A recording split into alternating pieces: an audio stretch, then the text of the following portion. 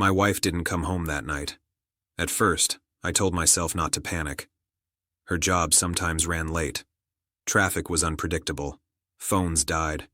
Excuses lined up easily when love didn't want to imagine the alternative. By midnight, the house felt wrong. Too quiet. Her side of the bed untouched. I called her phone again and again, straight to voicemail. I barely slept.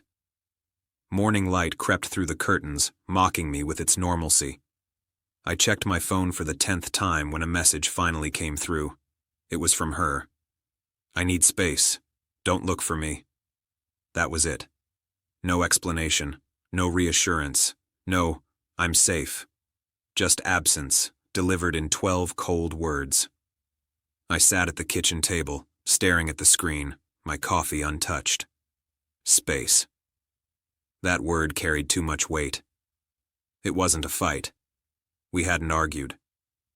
The night before, she'd kissed me goodbye and asked what I wanted for dinner. Space doesn't come out of nowhere. I replied once. "Are you okay?" No response. Hours passed, then days. Her sister hadn't heard from her. Neither had her closest friend. That's when concern turned into dread. I considered calling the police, but something held me back. An instinct I didn't want to name. On the third day, another message arrived. "I met someone. I didn't plan it. I'm sorry." There it was. The truth, stripped of ceremony. I didn't reply. Not because I was strong, but because I didn't trust myself to speak without shattering. I replayed our marriage in my head, hunting for signs I'd missed. Late nights, emotional distance. The way she'd stopped sharing details, only summaries. I had mistaken peace for stability. She messaged again that evening. "He understands me. I haven't felt like this in years." I wondered how long she'd rehearsed that line. I still didn't answer. Instead, I started paying attention. I checked our accounts. A withdrawal I didn't recognize. Then another. Travel expenses. A hotel charge. She hadn't just left emotionally. She'd planned. I called a lawyer the next morning. The advice was simple. Don't confront. Don't beg. Don't react. Protect yourself. So I did. I documented everything. Messages, transactions, dates, times. I froze what I could legally freeze. I changed passwords she didn't need access to anymore. I moved quietly, carefully, like someone stepping through glass. A week later, she called. Her voice sounded lighter, almost happy.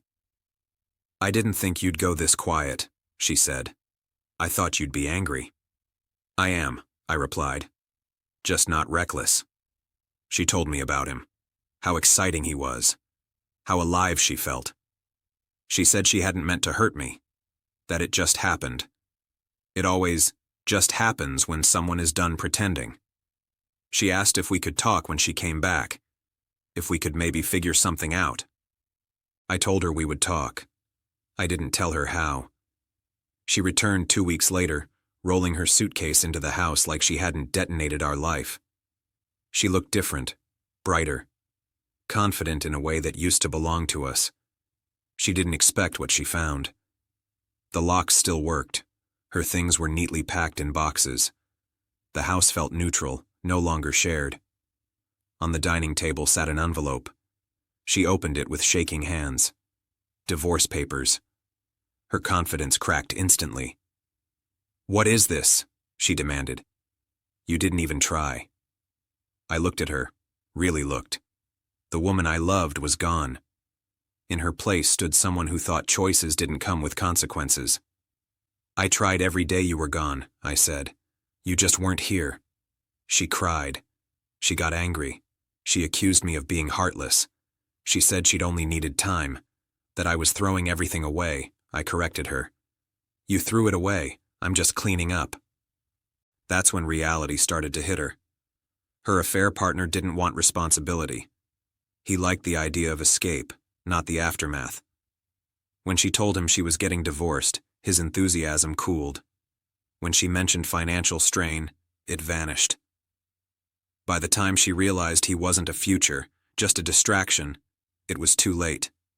She tried to come back. She texted late at night, apologizing, promising change, saying she'd made the biggest mistake of her life. I didn't respond. The divorce moved faster than she expected. Evidence matters. Silence matters. Preparation matters. Friends learned the truth, not the edited version.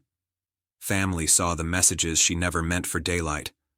The story she planned to tell unraveled on its own. The last message she ever sent me came months later. I lost everything. Was it worth it? I stared at the screen for a long time before answering. Yes, I wrote, because I didn't lose myself. I blocked her number after that. Life didn't magically improve overnight. Healing never does. But the quiet in my house became peaceful instead of painful. I learned how to sleep without waiting for footsteps that weren't coming back. Sometimes I think about that first message. I need space. She got it. More than she ever imagined. And in the space she left behind, I finally found clarity, strength, and a future that didn't depend on someone who could walk away and think an SMS was enough. That message ended my marriage. My response rebuilt my life.